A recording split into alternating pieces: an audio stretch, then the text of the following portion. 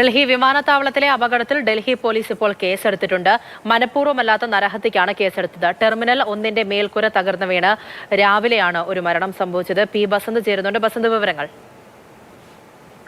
ഇന്ന് രാവിലെയാണ് ഡൽഹി വിമാനത്താവളത്തിലെ 1-ാം നമ്പർ ടെർമിനലിൽ മേൽക്കൂര തകർന്നു വീണ ഒരു ടാക്സി ഡ്രൈവർ കൊല്ലപ്പെട്ടത്. യാത്രക്കാരായിരുന്ന മറ്റു നാളുകൾക്ക് പരിക്കേൽക്കുകയും ചെയ്തു. ഇതിനെ തുടർന്നാണ് ഇപ്പോൾ ഡൽഹി പോലീസ് മനഃപൂർവ്വമല്ലാത്ത നരഹത്യക്ക് കേസെടുത്തിരിക്കുന്നത്.